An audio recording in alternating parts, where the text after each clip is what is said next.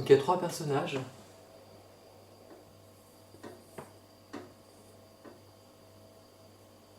Il y a Arthur,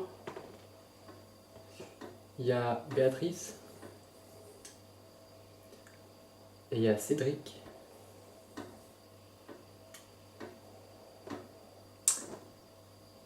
Et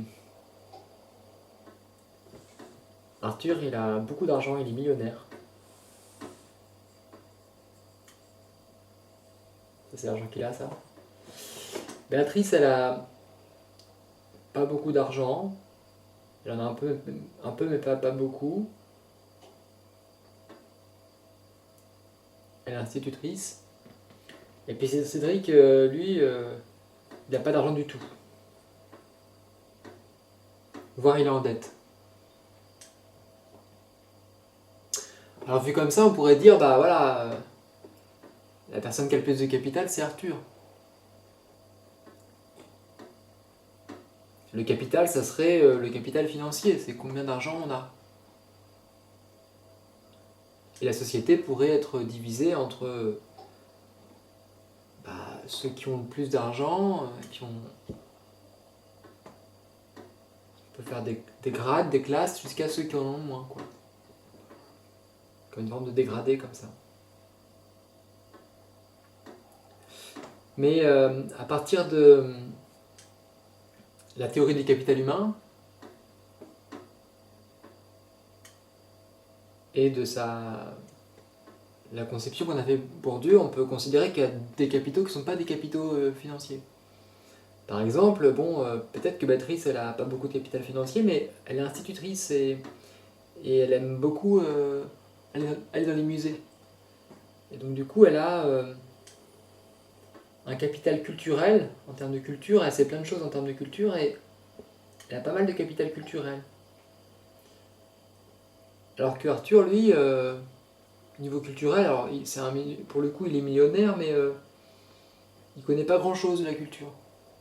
Dans une soirée mondaine, il ne saura pas de quoi discuter, il va discuter d'argent, mais c'est tout. Il ne connaîtra pas les grands noms de la littérature, les artistes du moment, etc. Il ne connaîtra pas, donc il n'est pas calé, quoi, du coup. Bon. Et puis Cédric aussi, pareil, Cédric, cinéma, lui, il a pas de chance sur un plan culturel. Alors, il y a d'autres trucs, hein. Ça peut être la culture, on peut rajouter ici le capital social, par exemple. C'est le nombre de gens qu'on connaît. Et puis, on peut comme ça, il y a aussi le capital symbolique, qui est le pouvoir que nous confère une institution. C'est comme ça que je le comprends. Chez bon Dieu, mais on peut imaginer qu'il y en a d'autres aussi. Des gens parlent de capital créatif, de capital émotionnel, etc. Et donc, on peut supposer qu'il y a finalement pas mal de capitaux comme ça. Plusieurs capitaux, une suite de capitaux comme ça.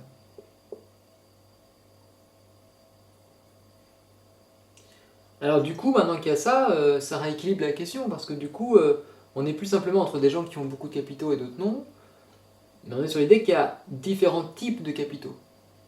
Et ces capitaux peuvent transvaser de l'un à l'autre. Avec du capital financier, on peut acheter des livres, ou faire des études, ou avoir du temps libre pour se cultiver. Et donc on peut transformer du capital financier en capital culturel. Inversement, le capital culturel peut aussi, parce qu'on sait des choses, on peut être bien vu, on peut décrocher un job plus facilement, donc avoir accès à du capital financier. Donc ces capitaux sont interchangeables, sont pas de manière forcément facile, mais on peut passer de l'un à l'autre un petit peu. On peut hériter à la fois d'un capital financier, mais aussi d'un capital culturel, et de capital sociaux, etc. La question que je me pose là-dedans, c'est de se dire, finalement, tous ces capitaux qui sont là, qui n'ont pas été nommés, Bourdieu en définit 4, mais on peut supposer qu'il y en a beaucoup plus finalement. Et donc moi je propose de considérer ces capitaux en plus comme étant un capital particulier, un capital non encore identifié. Hein, on pourrait appeler ça un, un, un capital non identifié, donc un CANI. Un CANI, capital non identifié. Ou CAPNI, bon voilà. Alors qu'on peut qu'on peut considérer comme étant voilà, un capital non identifié, un capital caché, un capital pas encore mesuré, quelque part, qui serait là.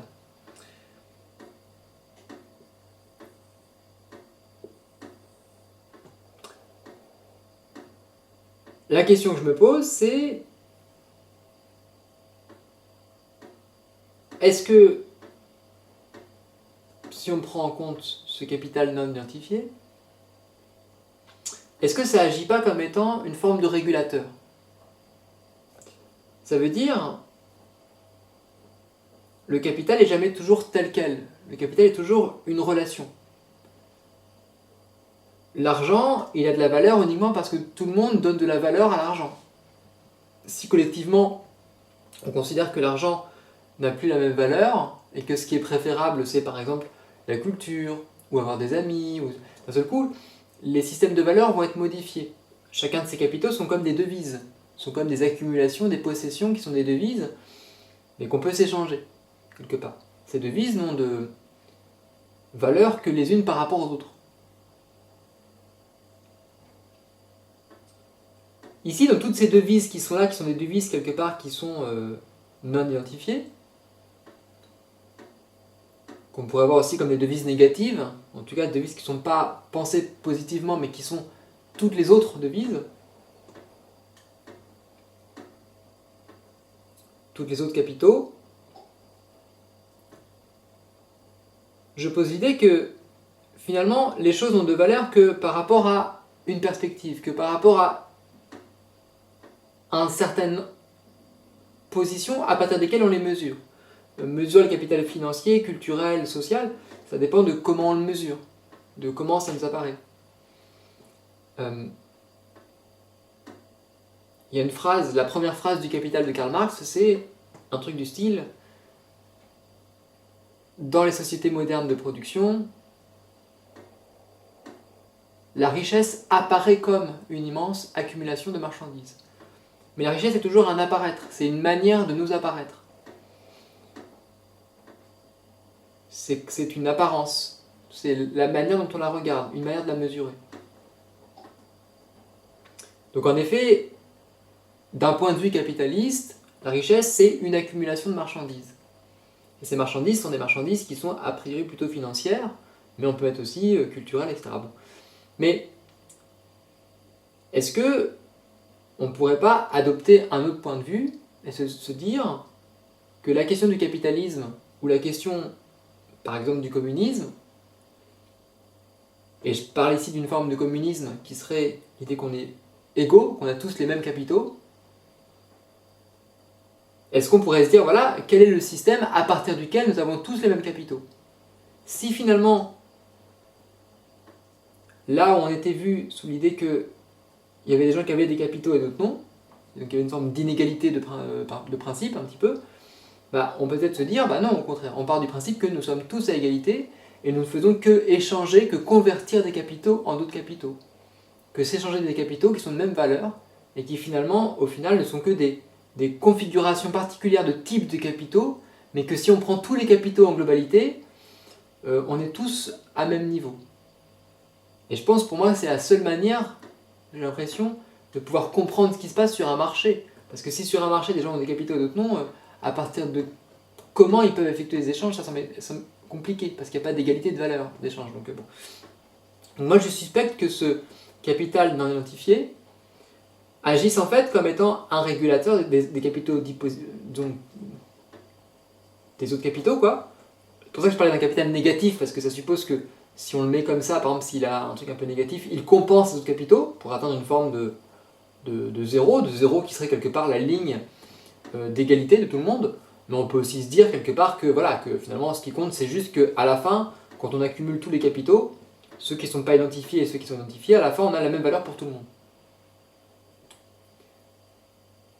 Ce que je pose comme idée, c'est que l'émancipation du capitalisme et l'émancipation communiste, elle peut être pensée en termes de perspective. En termes de perspective à partir de laquelle les capitaux qu'on mesure et ceux qu'on ne mesure pas, ça suppose aussi quelque part qu'en effet ça reste des formes de capitaux, mais que on puisse réduire quelque part l'ensemble de la richesse, à des capitaux qu'on puisse mesurer, à d'autres qu'on ne puisse pas mesurer, mais qu'on prend en compte quand même dans un calcul théorique, comme une forme de logique un petit peu potentielle, et que, à la fin, on a une égalité entre tout le monde. Ce qui fait que Cédric, qui semblait n'avoir aucun capitaux, ici, c'est possible qu'en fait, ces capitaux soient dans le capital non identifié.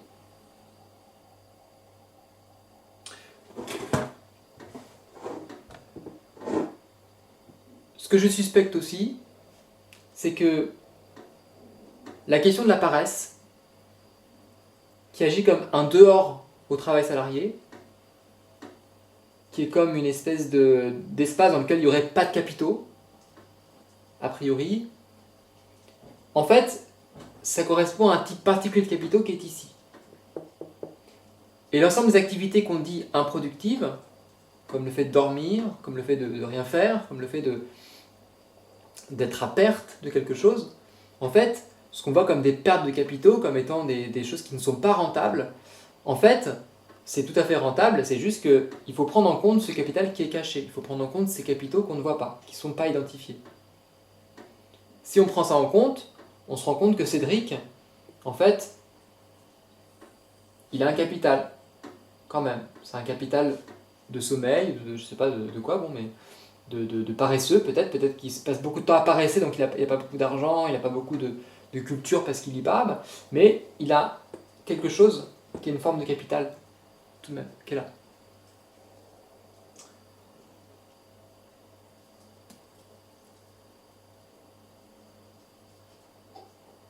Cette conception-là, elle rentre dans un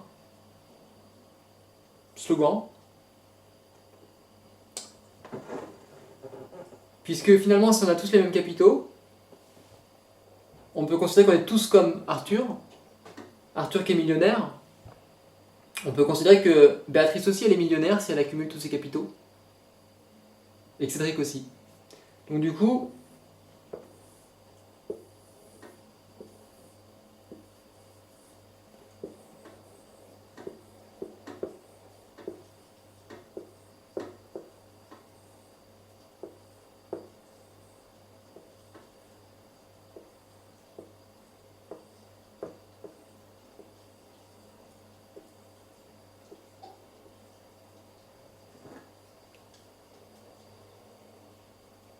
tous millionnaires.